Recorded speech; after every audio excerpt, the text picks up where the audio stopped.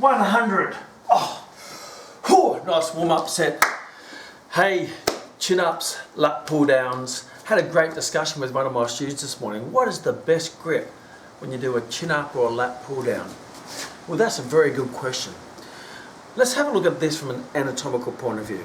And the question that my student had, it says, how come I'm stronger in the supinated grip, underhand grip, rather than the overhand or a pronated grip? And which is the best grip? So here's a great philosophy to start with. If you want to get stronger, put your body in a strong position so I can lift a strong weight so I can get a strong result. So when you're lifting weights or doing strength training, you want to put your body in biomechanically and anatomically the strongest position it can do so you can maximize the load that you're lifting.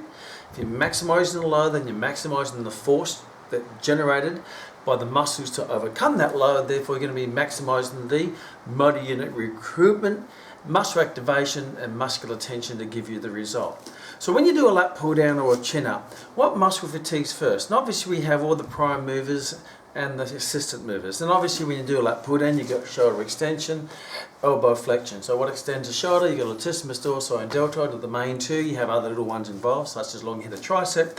And when the elbow flexion, you've got biceps brachii, brachialis and brachioradialis. So which muscle fatigues first out of the lats, the delts and the bis? Well, obviously it's going to be the biceps because you're only as strong as your weakest link, and your weakest link in this circumstance is your smaller muscle group, which is your biceps. So your biceps fatigue before your lats.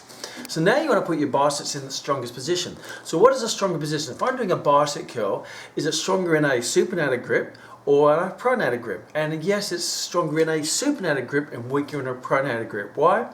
Because when you go from supination to pronation, what you're basically doing is you're rotating the radius around the ulna. So when you rotate the radius around the ulna to get you into that pronated position, the biceps, the origin of the biceps is the anterior scapula, which is the anterior superior glenoid cavity, as well as the coracoid process, because you have two attachment sites or two heads. That's why it's called biceps. Bi is two, seps is heads.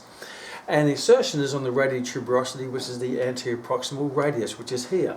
So when you pronate, the radius wraps around the ulna, which means the tendon of the bicep wraps around the radius. So what's happening is the muscle's wrapping around the bone. So it doesn't have a good line of pull from the origin to the insertion. So it can't really have that direct pulling action of pulling the insertion towards the origin. So therefore, because it wraps around the bone, it's in a weaker biomechanical position. It's just like it's a rope going around the corner. You don't have that direct pull, therefore it's going to be harder to pull, so it's a weaker position. So when you're doing chin-ups, which is going to be the stronger position, supinated or pronated, considering that the bicep is the weakest link, if you put in a pronated position, the bicep's going to be in a weaker position. If it's in a weaker position and it's the weakest link, you're going to be lifting not as much weight. Therefore, you're going to lower the weight. Therefore, you're going to lower the force generated by the muscle to overcome that weight. They're going to lower the muscle activation, the motor units recruited in the muscle. So put the weak link in a stronger position, because the chain is only strong as its weakest link. If you make the weak link weaker, then the chain can't lift as much weight before it breaks. You want to make the weak link stronger so the chain can lift more weight or pull more load. Therefore, it's going to put more force through the weak links, but it's also more force through the big links or the strong links, because the strong links are only going to experience what the weakest link can withstand at its maximal potential. So if you're looking at strength, then the best position would be in a supinated position, underhand grip. Obviously we don't want to go out wide, because if we take the shoulder out wide, we put our shoulders into that dislocation position.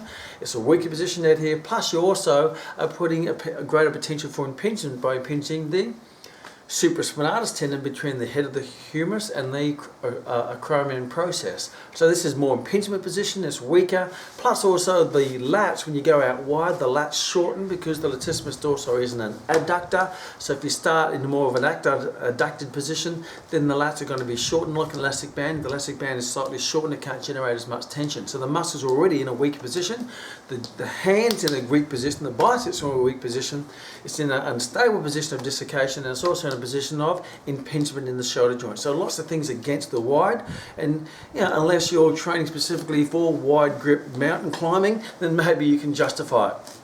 So the best position, the stronger position, the safe position is in close, underhand, which is supinated.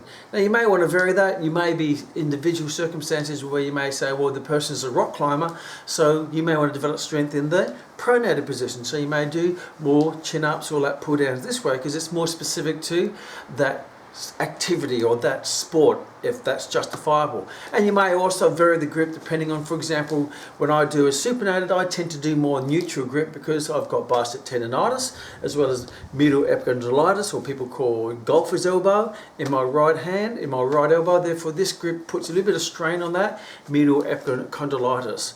So therefore I feel a bit more comfortable in a neutral grip because I'm working around a joint challenge or an injury.